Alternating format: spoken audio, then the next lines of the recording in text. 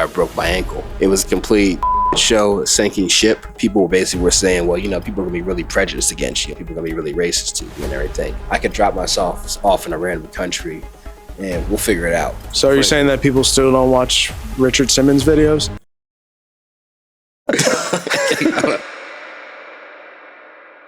Hi there, I'm Jay. And I'm Marie. And before we get into this episode, we just want to kind of take some time to say hello and give you guys some updates about what we're doing. I think the first thing I want to update people on is our new channel. Oh yeah, subscribe. Yes, so we've been hard at work launching this channel, the recipe platform, on all platforms. So TikTok, Instagram, here on YouTube. It's going to be at the recipe platform. And if you're not familiar with what it is it's a platform that we started to try to put artists in the spotlight, sort of like what we do with these interviews, but this is more concentrated on the music that they do. It's a platform that we started that's geared towards artists and gives them a place to just really break down their music, the recipe, the ingredients to make their song, yeah, it's just another thing that we're launching. Yeah, it's a space when artists can freely talk about what they're singing about. If you don't know what they're talking about in their music but likes the way it sounds, if your favorite artist makes it on the show, you get to get the meaning of that. And our mascot. Hello, Gary. You want some tea?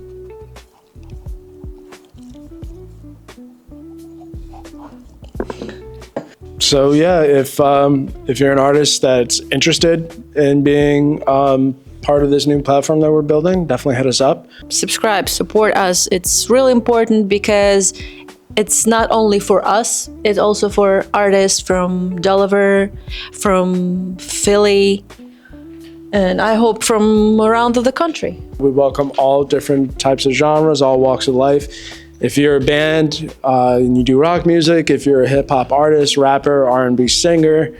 And also if you just do the pop music. Yeah. Pop music, it's really important too because it's main radio music. Dance music. Ska. Yeah, we'll take a good ska band. Yeah. Yeah.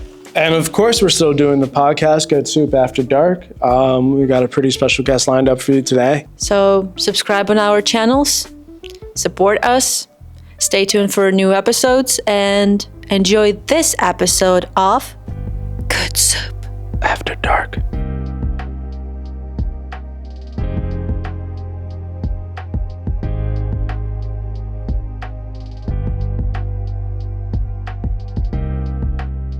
Welcome to another episode of Good Soup After Dark. I'm tonight's host, Jay Gonzalez. We have Morihrihart behind the cameras on the ones and twos. right here. And we have a very special guest. We met him over at an event in Northeast Philly, where we currently live. And he's a great photographer who just came back from an amazing trip, and he's here to share it all with us. Saood, how are you tonight? I'm doing great. How about yourself, Jay? Not too bad. I'm really excited to do this. But before we get into it, I want to give you a chance to talk to the people. That's your camera there. Just tell people who you are and where to find you. Cool. So how's it going, guys? I'm Saood, owner of Scope of Creation Media. So we provide commercial photography and videography services for businesses. Now, what distinguishes my company from other media companies is that we are very big on the end result of the content we create. We're not just here to show up and say, hey, we're going to take this awesome picture, awesome video of you. We're going to ask you first, the question is, what kind of results do you want and what does success look like for you? And where can they find you? So you guys can find me on IG. My personal account is Saood the Photographer. My media company is going to be Scope of Creation Media on Instagram. And our website is going to be thescopephotography.com.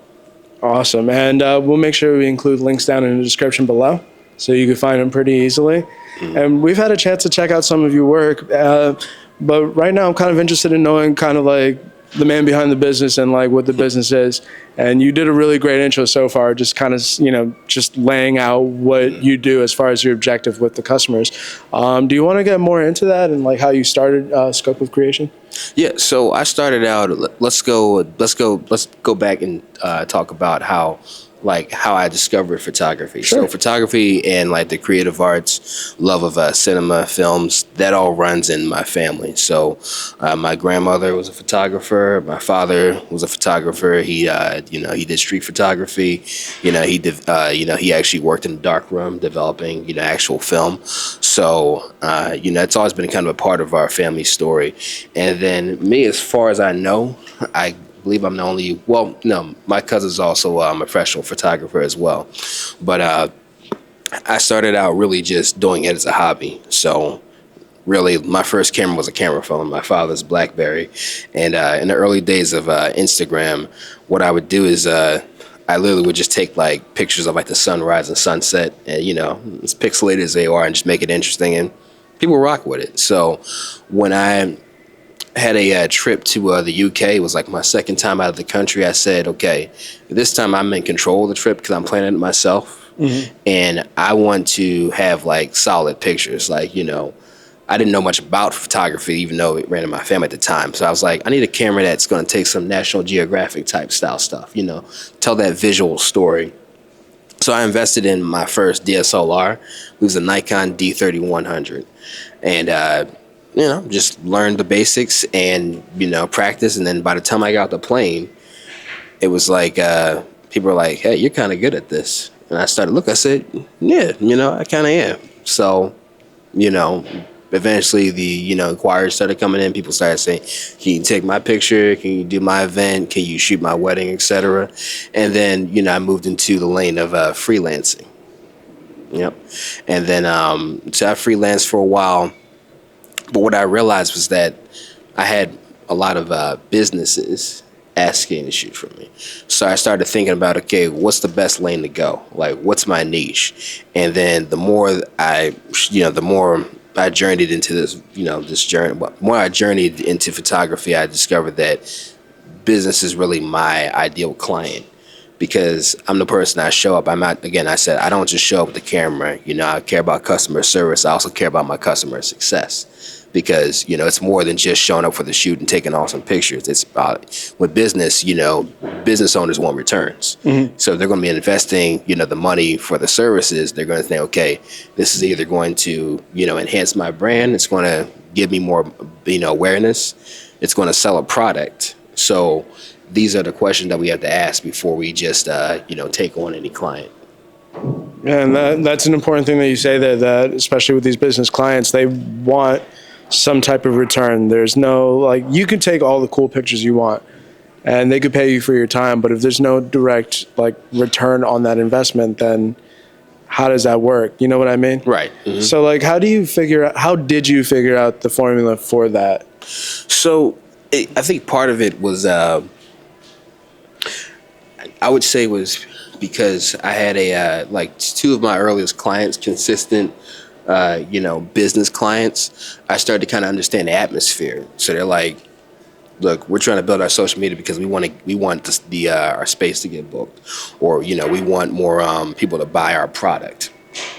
So, having a sense of business, because I've, previous experience working for small businesses. So I said, okay, I can apply, what I know about, digital marketing to, this freelancing job. And I can make it more than a freelance job, but I can also increase my value and what people are willing to invest, to get results. So, yeah, the more, and it really, you start to kind of have conversation with the owner and really kind of getting a feel for what their vision of success is, and immerse yourself in that, and then determine, okay, let's get those results, because the more results I get you, the more happy you are. The more happy you are, you keep coming back.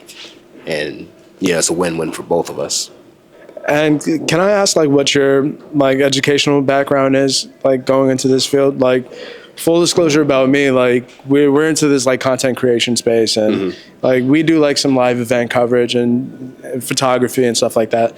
But, like, for me personally, my background is in telecom. Like, I don't have, like, that training, that formal training when it comes to this kind of stuff. Is that kind of a background you come from, or? Well, yeah, I mean, I'm self-taught as well. I picked it up. I mean, again, like I said, it does run my family, mm-hmm. but I never got like formal classes from my family on it. I just knew that it existed, and I said, okay, I want to try my hand in it. My background actually, I worked just like around 10 years in the fitness industry. So I was a personal trainer, but I was also I worked in like the management side of things. So like managing the facilities. I also was a certified group exercise instructor. So I got to see, I was pretty much in every single aspect of these facilities. So my first job in the fitness industry was actually at UPenn's gym, their recreation center, and big place, a lot of moving parts. But again, I think that was my first exposure to every business, every institution kind of has they have systems that need to be in place. So it's not like even if I was hired for one position, had my hands in other aspects of it. Right. So, yeah, so that's kind of where I started to get my, that's kind of where I got my taste of business and how things work and how your these business systems acumen, work. right? Yeah. And then when, once I got promoted to like building supervisor, I eventually got a new job, and I was an assistant manager for a small business, gym, and then I was promoted to like the official facility manager. Yeah, full disclosure, I'm not going to say what the business was, but it was a complete shit show, a sinking ship. But I really don't regret any moment of it, because it taught me what to do and what not to do. Because what I saw was an example of how someone was in a good, originally in a good position, but they didn't adapt with the market. They didn't think about up there. They thought that things were always going to be the way they were. Mm-hmm. People were always going to show up for what they show up. They didn't think, okay, we have to change some things. We have to, because fitness is a very trendy market, in case you don't know. I mean, what's cool today is played out tomorrow, and then it comes back around. So are you saying that people still don't watch Richard Simmons videos? Well, the thing is that it'll come back into play. Gotcha. So like, what's going to happen is people will spoof it on, for instance, like, let's say like, some Zennial, content creators will like spoof that, or they'll dress up as, Jane Fonda. And again, it's just playful, just nostalgic. Mm-hmm. That's in right now. So again, things do come around.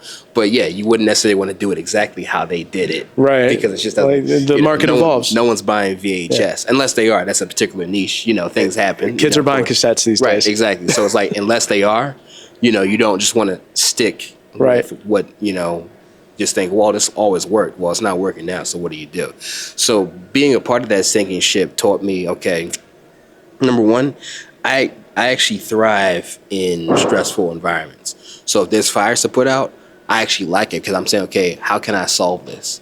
And how can I test myself? And this kind of gets into the hero's journey, but I'm not sure if we're going to go there just yet. Oh, we will. Okay, we will, yeah. For sure. Mm-hmm. But I do like to ask like people about like their backgrounds. Like, mm-hmm. Yeah, so, like I said, for me, like I don't have a formal educational background. I was in the Navy, and then I got into telecom. Nice. Maria, on the other hand, has a master's degree in design. Nice. And like she's an all-around artist. So it's just like we take and kind of like what you did. You took what you learned from the fitness industry. Right.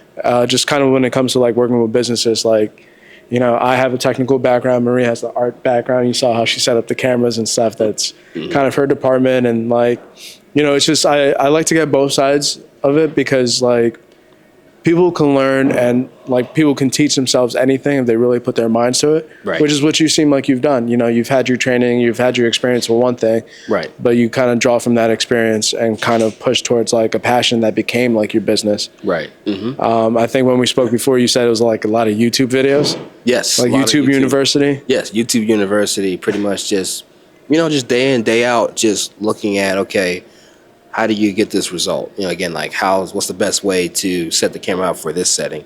The cool thing really was that that model, the Nikon D3100, mm-hmm. it actually taught you a lot in camera. So they would tell you like, hey, if you're not ready to shoot on manual, let's go through, I forgot what it was called, but it was like a menu of like, it was like guide mode.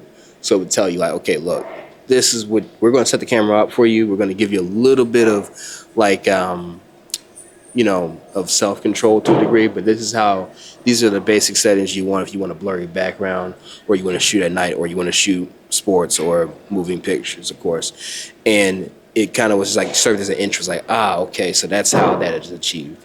And then eventually you're like, okay, now I'm ready to go straight to manual mode and make it happen. It kind of comes natural. Really, I said what I would do is I really would just challenge myself to shoot. So maybe I would just go out my camera and I would say, okay, just keep at it. Okay, what did I learn today? What did I want to do different? And it's something that I particularly would recommend for anyone starting photography. Before you just decide on a niche, personally, I'm a fan. I think you should shoot everything. I think that you should. I've done weddings. I've done portraits. I've done nature. Obviously, I love landscapes. I'm actually a big fan of photographing the moon. I love that. That's pretty interesting. Also, the Milky Way.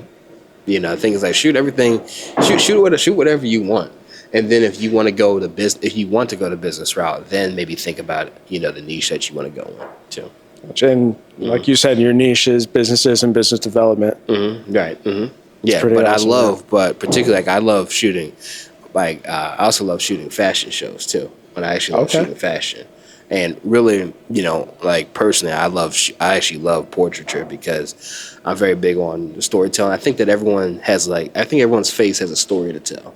That's kind of why I like different. I have like a list of just different actors and actresses I like, because my favorite thing, personally, my favorite part of acting is like the nonverbal communication. To me, I think that really displays someone who's skilled when they don't have to say a word, but you can feel them through the screen.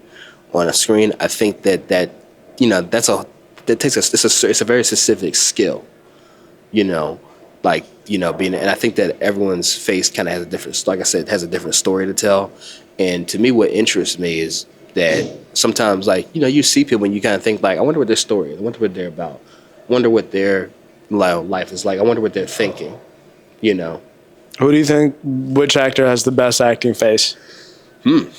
I have an answer. I got an answer. So off the top of my head, if it's going to go with actress, I would say Morihrihart. Okay. Yeah. To me, she's arguably my favorite actress, honestly, because again, her nonverbal communication is just fascinating. It's look at a movie. Did you happen to watch Lamb?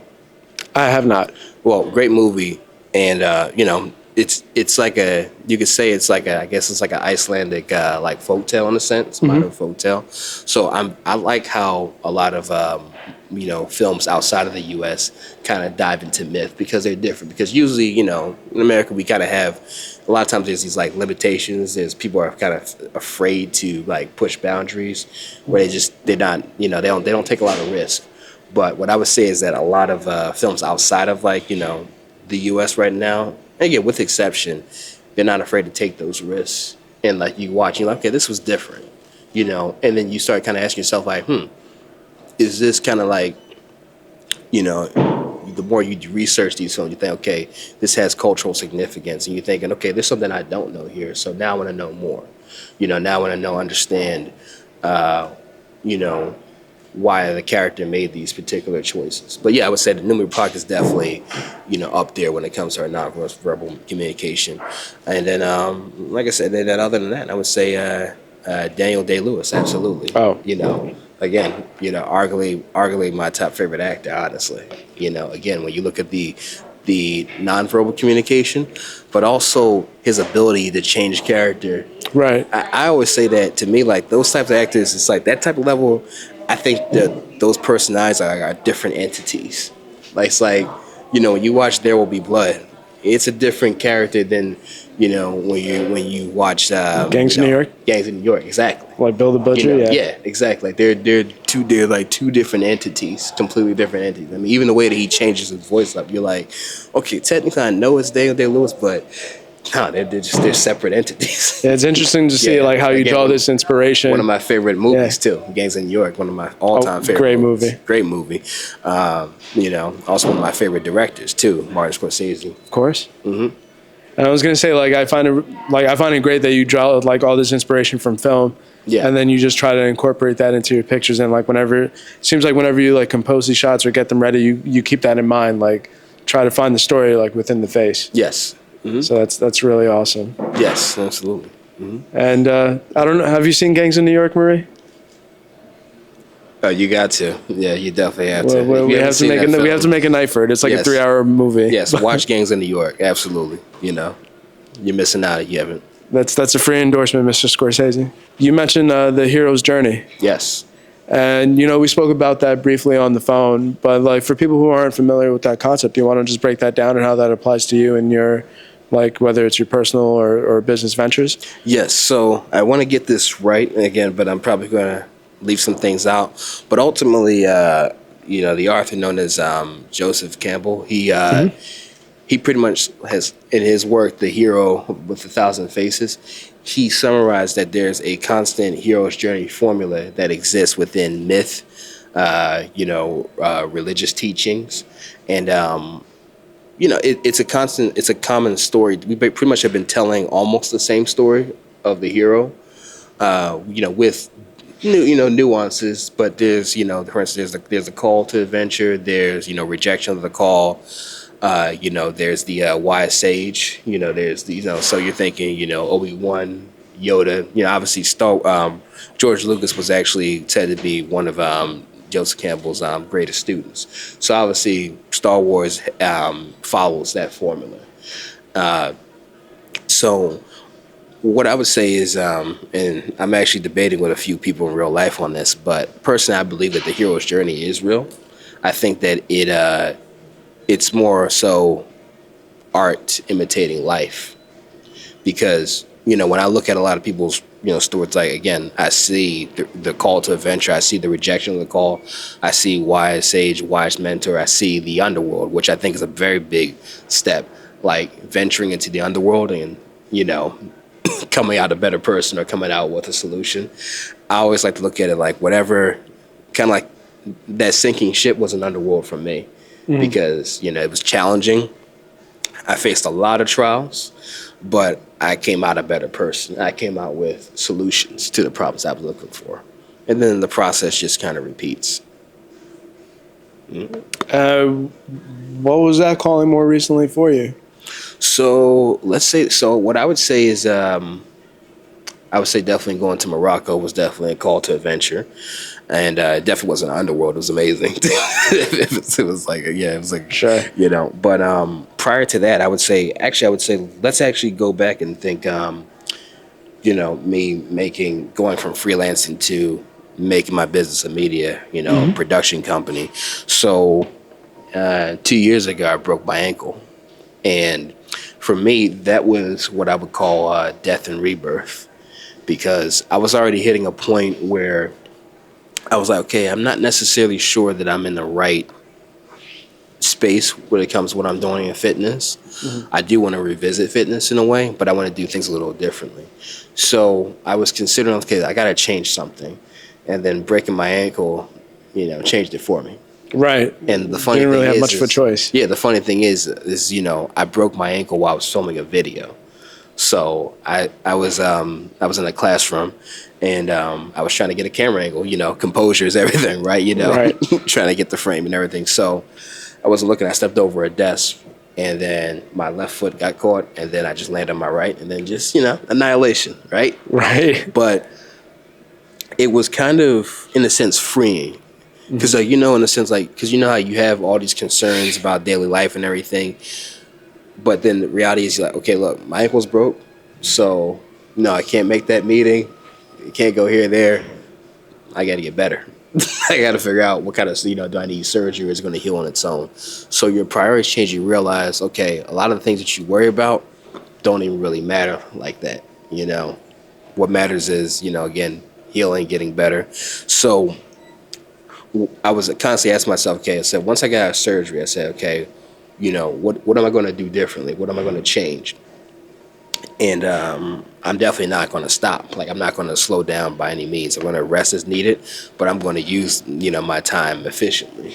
So I realized, I said, okay, as a freelancer, okay, it's just me, and I have to, show up for show up for the shoot, etc. But what if I, make this a little different, where I can hire contractors, to do some of the work as well.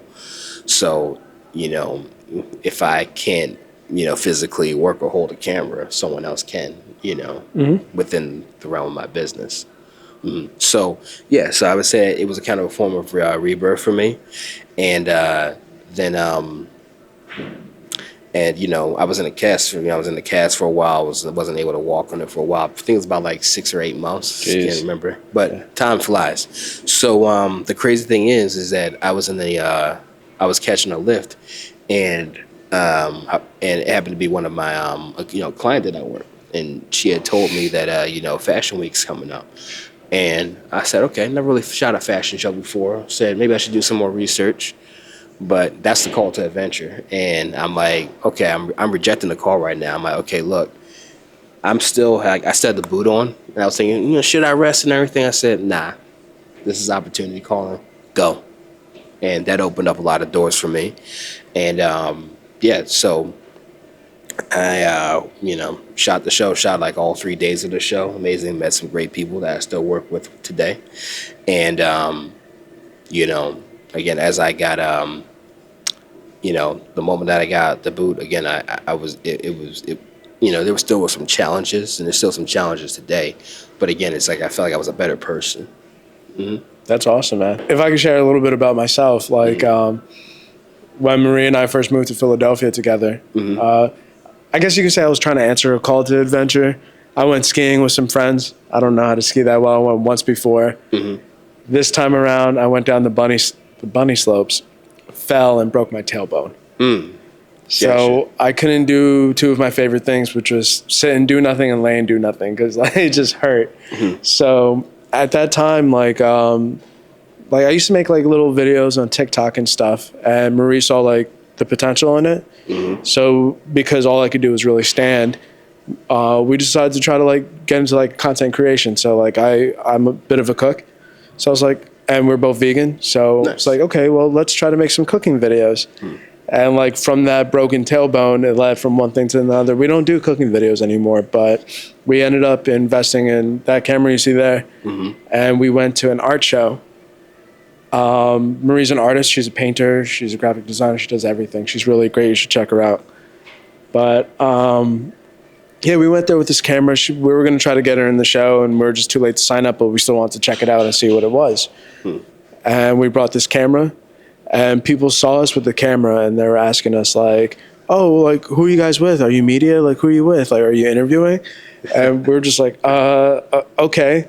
I took my cell phone, used that for an audio recording device, used that as a mic, and we just started interviewing artists at this art show. Right. And at that time too, Marie was getting me familiar with like Adobe Premiere, because like I was using like iMovie or whatever you use on a MacBook, and that's kind of what really started like from a broken tailbone to going to an art show just to go to an art show. Now we do like interviews, and that's kind of what we center our content around, like interviews and like trying to build a platform for like artists and other people to really just present themselves in the best light. So I guess like in a way, like I answered a call, failed miserably.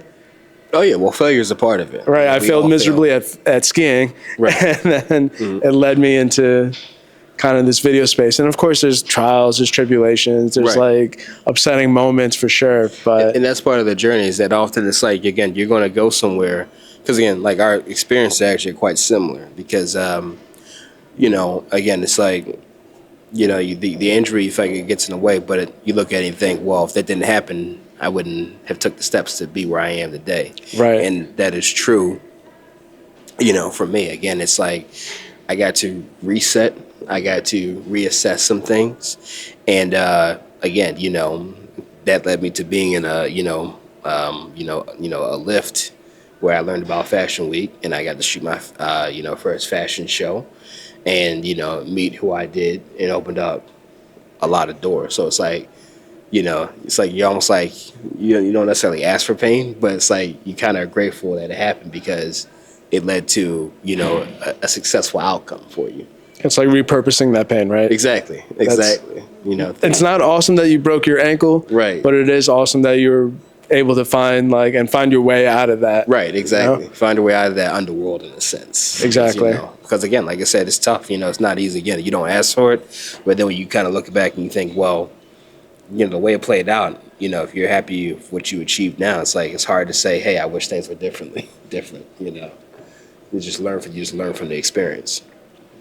And experiences are something that you seem to have quite often. We mentioned this trip to Morocco, and I know it's a work in progress, and you can't talk about everything. Mm-hmm. But like, we could talk about like the fun stuff, like as far as just like going to a different country, especially to work, like and being able to see the sights and sounds. Like, is there anything in particular that stood out in your experience? Yes. So it was amazing. One was amazing. You know, again, you know, I was around, you know, some beautiful people. I appreciate everything they've done for me.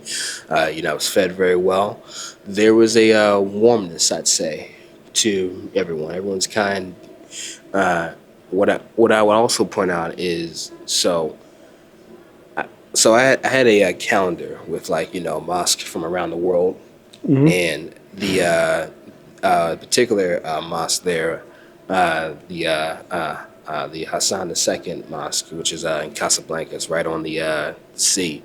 That always stuck out. That always stuck out to me, and I said, man, like one day I want to go there and I want to take some pictures like that. And this was before. This was when I was young. This was before 2013. Like I didn't even have the camera. I wasn't even playing around with photography then. So it was amazing to go there finally, see like the magnificence of that structure for myself, and be ready to capture it, like how I want to capture it. Like I'll probably show you afterwards, or maybe we can superimpose, you know, later. But it was amazing to see in person. It's just so massive and peaceful. It's just this interesting energy, you know, surrounded by the sea. And it's just, like I said, it's just, you get to see it for yourself in person to really get the feel, the feel of just how magnificent it is. So that's definitely a highlight, I would say. I would say that another thing was, again, like I said, the vibe, the kindness. There was a lot of kindness, you know, and patience, because, you know, I'm not fluent, but people were very patient, very helpful. You know, that's something that, you know, because like it's something that I like to at least, you know, always implement. I like to have, you know, have. I was raised to have decent manners as much as possible. You know, sometimes even though, you know, Philly will test you because not everybody respects that. So it's kind of beautiful to kind of be in a place where it's like, okay, even though we don't, you know, we're not fluent in the same language, we are speaking the same language of kindness. And even when when you can't necessarily completely understand what somebody's saying, you know, genuine that they're trying to help and you're trying to help them. So that's another thing. You know, the food was amazing. You know, it's like, you know, like we had a lot of fresh seafood over there. It was just, it's different. It kind of makes me hesitant to eat certain foods over here now, to be honest with you. So no cheesesteaks? Yeah, oh, well, I don't eat cheesesteaks anyway, but yeah. We don't either. Yeah, you know, we made, even like the homemade pizza we made just tastes better and fresher. Yeah. Probably because it was made with love too as well. You know, it has something to do with right. It, you know, right. I think that there's a science that hasn't been discovered yet that I definitely think that, you know, when food is made with love, it just tastes different. You know, it's hard to explain, but it just does. You know, the only big challenge over there was the traffic. Understanding how to drive over there. Yeah, it's different. You know, the cool thing is there's a lot of roundabouts, barely any stoplights. So when it's not congested, constant flow of traffic. But yeah, it's like, you know, you're in a compact car on average with other compact cars, but then there's also motorcycles, and Volvo trucks driving like their cars, like over here. Like, you know, I thought that people over here drive crazy. It's like, you ain't seen crazy until, you know, you're trying to merge with a Volvo truck and they're like just flipping it around like it ain't nothing. And I'm like, yeah, that'd be a death over here, pretty much, you know. So, yeah, that was a learning curve, but it was an exercise. But yeah, overall, like I said, it was a successful trip. You know, right now your dollars can go pretty far over there. So, you know, we had a lot of fun. That's awesome. How do you feel like trips like either specifically this or like other ones, since you do travel the world quite a bit, how do you feel that they add to the art, and how do you feel like they help you develop your own business? So I would say that to me, traveling in general is always an opportunity to, again, just to kind of think outside of the box, get away with what you're used for. Again, answer the call to adventure. And because again, the thing that really distinguishes the hero from the rest of the crowd is that they leave home. They answer the call to adventure. So, for instance, it's like, and again, that's not shit. There's no shade to anyone who prefers to stay home, because not everyone's going to be a hero. It's not for everybody. But I do believe that anyone can be the hero of their own life, in my opinion. So, the first time I answered the call to adventure was when I went to Japan in 2005, and that was the first time I ever flew, and that was the first time I ever flew out the country. Oh, And wow. it just was like that day when we arrived after a 13-hour flight, and we rose in the sun rose in Japan. It was just like, I was like, wait a second, I'm in Japan. Yeah. I'm like, wait a second, like, it is amazing here. Like, it's almost like it has a whole different color palette. It was fascinating to me at the time, because I'd never been out of the country, never even been on a plane before. And that changed me, because now it's like, okay, that was here the whole time. Like, it's there, but then when you actually see it for yourself, you're like, okay, what else? I want to see more. I want to see more. It's like I heard about, bullet train and everything, but when I actually took it in person, I saw Mount Fuji, etc. It was like, wow. Like, and I think that, again, traveling, it allows you to get a different perspective. Allows you to learn how, for instance, perhaps other people, think, other, different cultures think, and think, what you can potentially implement into your own life that you like. So I think that no matter what, when you travel, you're going to learn something. You're going to learn something about yourself, and it's important for you to think, okay, how can I apply that to, to my own life for the better. Do you have a list of countries do you plan to go one day, or are you just like dreaming about? Oh yes, I got a list. So, for instance, we've checked Morocco off. If we're gonna go about the African continent, I'd like to go to Mombasa, Kenya, South Africa. I'd like to go to Senegal. I'd like to go to Ethiopia, Egypt. Ghana, and let's say within Europe. So I've been to the UK. I would like to go to Italy for sure. I definitely want to see Rome. Want to see the Colosseum, because again, I'm big on history, so I definitely want to see a lot of those classical sites. I can't wait to see it in person for myself. But so within Europe, we got Rome. We got different parts of Italy. I like to definitely go to Venice. So definitely want to go there. Let's see. I definitely want to go to Sweden, Germany. Yeah, I got a long list.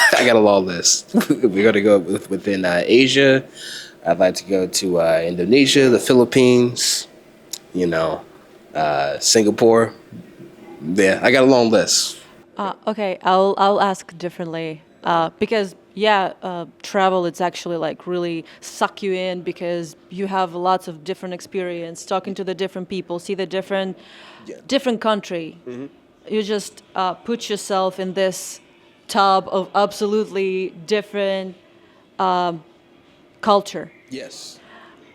What's the main thing that you interested in? It's people, it's architecture, is I don't know. Like what's the main thing you're trying to find in traveling like an artist? Well, what I would say is, I think that so for me, overall, I think that, like, I see myself as a nomad. I don't like to stay in the same place, and I also find myself personally, I believe that I'm one of those people where, at least, hasn't gone wrong so far, is where, like, I can go anywhere and I can just connect with people. Even if we don't speak the same language, the exact same language, again, people just seem to warm up to me. Again, I'm not bragging about that. I'm just saying people just seem to warm up to me. And I think that it just kind of proves that, again, we all are human, despite different cultures, despite differences or disagreements. I think that overall, no matter what, you can always kind of find your tribe, which I would say like my tribe is like, creative in a sense. So you're just going to find fellow artists, people who are interested in things outside our fellow heroes, people that are interested of, things outside. And, people are going to ask you questions, about, where you come from, what it's like, what's your home, just as you're inquiring about, what their life is like. But it's for me, what intrigues me is just seeing a different perspective and seeing, okay, this is how we live, this is our traditions, and again, just figuring out and learning in a sense. But what I would say, like, there's not always necessarily one particular thing that I'm looking to discover. I think it's more so it could also be like, proving, because I believe that there are sometimes people, for instance, like there are people in our world who are very limited, and people who kind of try to discourage you from being, again, walking the hero's journey. Like, for instance, interesting thing is, again, I'm just going to say it, like when I went to the UK, people basically were saying, well, people are going to be really prejudiced against you and stuff like that. People are going to be really racist to you and everything. And interesting enough, like the opposite was true. I was treated like family, by people of all different walks of life.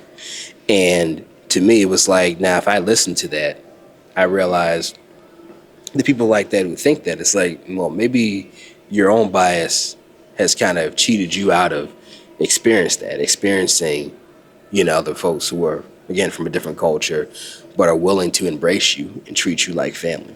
Like, to think about it, and that's another thing that kind of leads into why I never really bash social media overall, because what I find interesting about social media is that, as a kid, we didn't really have, obviously, Instagram and Facebook yet. We had MySpace first and YouTube. Yeah. So, I'd read books and I realized, okay, I love meteorology, I love tornadoes, or I love trains, And again, like, every now and then you might find a kid or whatever that loved it. But now that you see that there's entire pages that are dedicated to travel, to trains going by.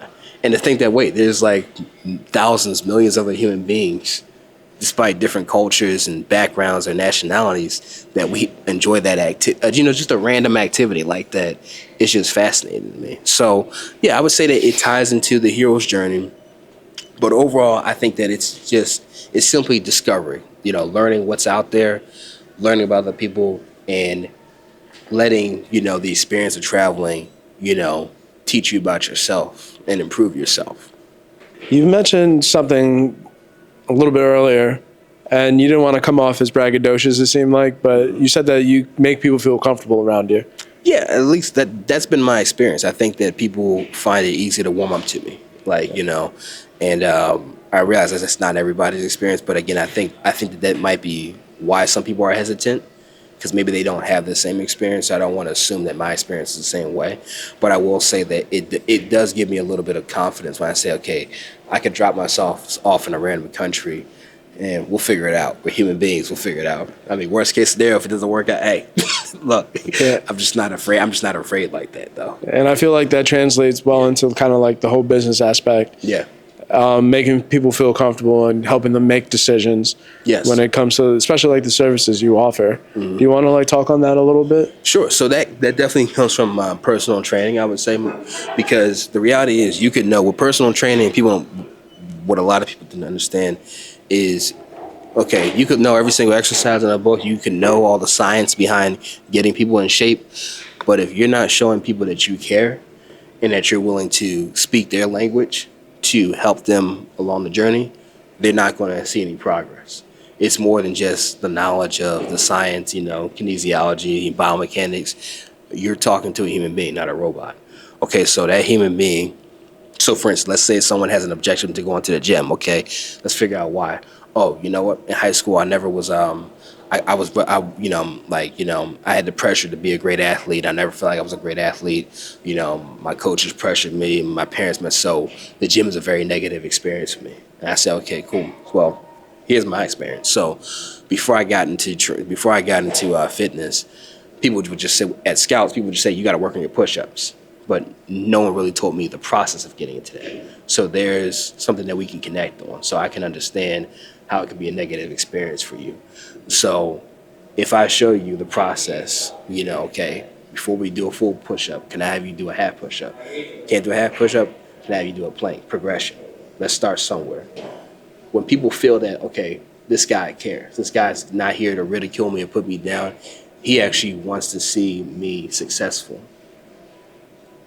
I want to stick with this guy.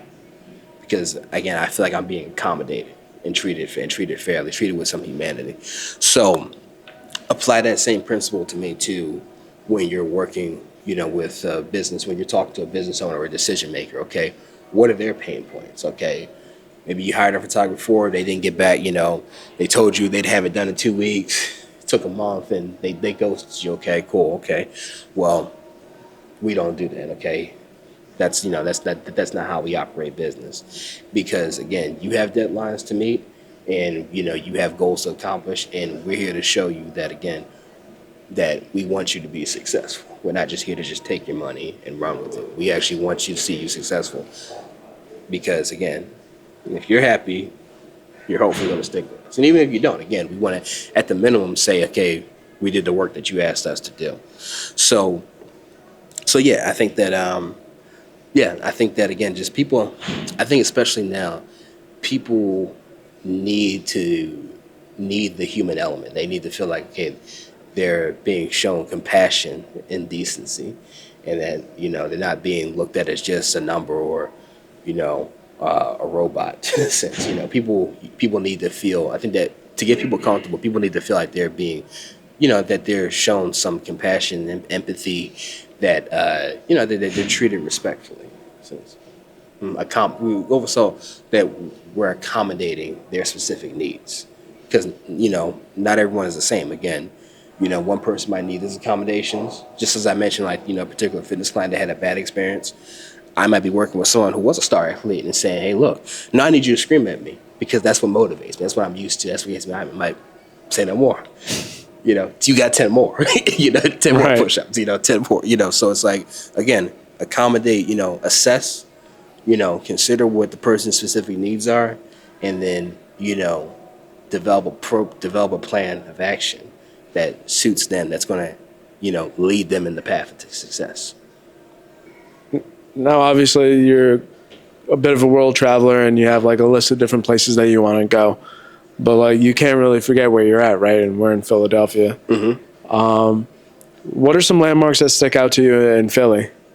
So I would say, City Hall. I never get tired of, taking pictures of City Hall. I think on the most beautiful days, something about the architecture, just the, it has this apex. It definitely embodies like what an apex, epicenter is. The architecture is very intricate. It's very beautiful. It's beautiful to look at, to film, and it has a bit of a majesty to it, I would say. There's that. There's definitely, Philly is fun because Philly is kind of a very weird shape in a sense, but it's very, I think that one thing that's very unique about Philly is that it's easy to get around. You're driving, even on, public transit, it can be fairly easy to get around compared to other cities. So there's that. There's, the drive. I love to walk or drive on a great day. During the pandemic, when no one was out, when it's pretty much like apocalyptic, right. I was living around like 40th and Market, so like I ran to all the way to like Center City, like around 30th Street, then made my way down the drive, and I went all the way up to like Manayunk. Yeah, that was just amazing. So there's that. I think that what's very unique about this is that there's a lot of preserved, like, classical, landmarks integrated into like the existing, structures. So if you're someone who's interested in history, you can kind of look back and say, okay, what this used to be. Okay, so you see the convention center, you say, Reading Terminal. Yeah, look it up before, really, I guess before like, everyone really had, it was popularized to have a automobile, trains were everywhere before there were all the highways and everything. You look back, it's my trends. And again, if you're interested in that sort of thing like me, then you can look back. You're always kind of surrounded about. You're surrounded by the past, like by artifacts of the past, and I think that that's very unique right now, currently, to Philly. That they try to. Is that I think there's been a collective effort to kind of preserve that. So okay, yeah, we're developing, but you still get to see of, the classical architecture, and then you can kind of ask questions about what was. But the food, you'd rather go back to Morocco. Yeah, definitely, absolutely, definitely that. But And I think, we got some great food here. I mean, I'm not gonna just crap on our city by like that. But I mean, it's not all just cheesesteaks and we got some great. No, we got some great places to eat. In fact, overall, we do actually have a lot of great places to eat out. There's a great dining scene actually.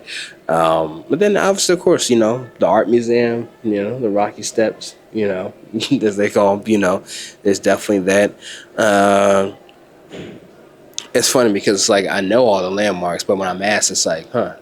Now it's like I know it, but then it's like, wait, let me. No, yeah, I get. I mean, you got a lot of landmarks in your head. Yeah, I got got to go through the Rolodex, but.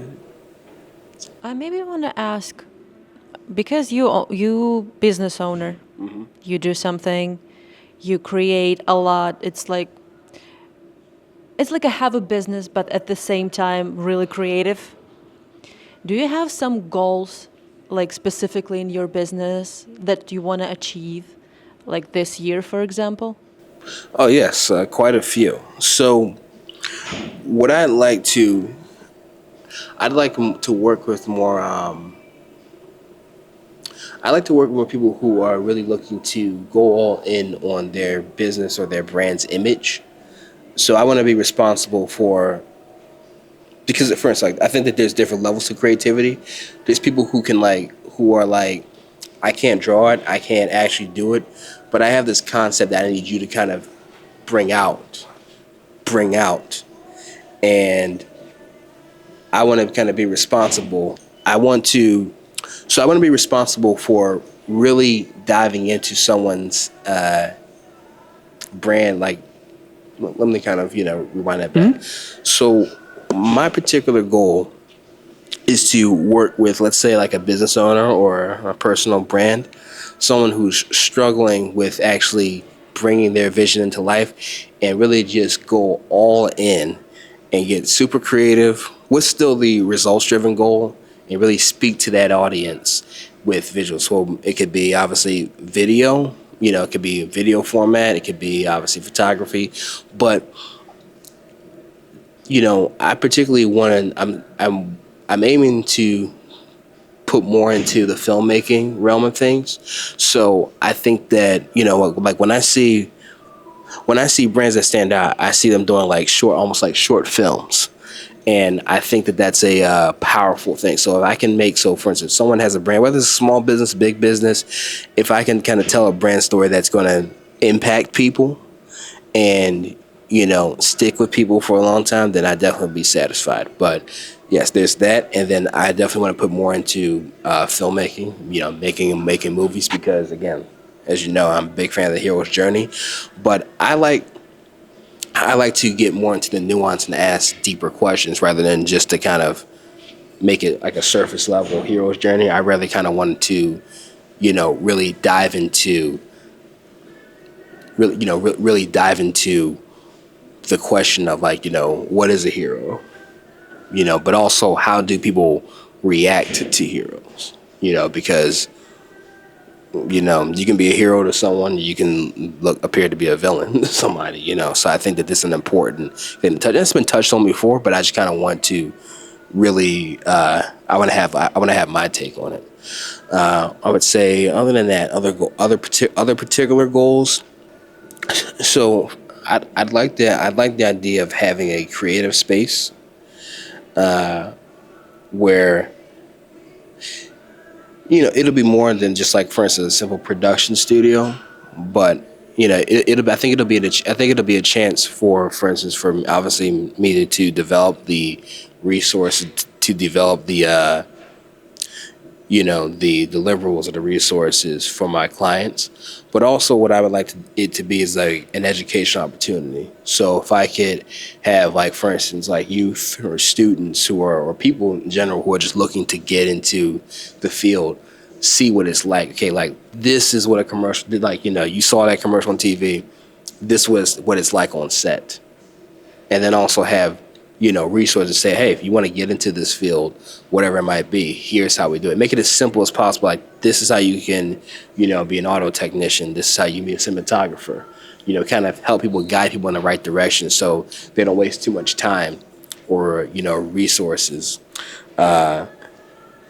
Scream, like, we can really kind of point people in the right direction. Like, hey, come on set and say, okay, see what you like. Okay, do you want to be camera operator? Do you want to be a director? Do you want to be, an audio technician, etc., cinematographer? Okay, cool. Well, come to us. We'll point you in the right direction. So-and-so is our cinematographer on set. Come talk to him or her. They'll tell you about the industry. Yeah. It's awesome. That's a really good goal. I believe every person in the world must teach someone after them. So whatever you learn, it can be your student, it can be your child. You must teach next generation or someone else, whatever you have, whatever you learn, because it's not only use of your knowledge, it's also sharing your knowledge. Yeah, so I absolutely. like that idea to share this and give the people the opportunity to grow in specific direction more artistically. Right, absolutely. Yeah. Because right now, I don't see anything like that in the city at the moment. Again, I don't know everyone, don't know everyone, but everything. But just imagine if I could say, like, if there's if there's someone out there who'd be like, hey, you know what? I saw this awesome commercial ad, maybe it's a Super Bowl ad. I wonder what it's like filming that in person. I'd like for it to be simple as like, oh, I know that play. I can actually watch that process. I can actually go there and see the production in person. Even if they're not trying to interfere, just to see what it's like and the work that it takes. I think that not only will, it's a good thing because, again, you get to teach people, and kind of give back in a way, but also it'll enhance the appreciation for what creatives do.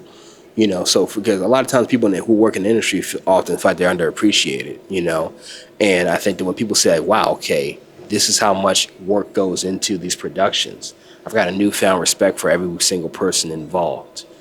I think that that's going to help, each person within, whatever field that, within the realm of production. So. Well, Saood, this has been a pretty awesome conversation. We really appreciate you taking some time to sit down for this interview.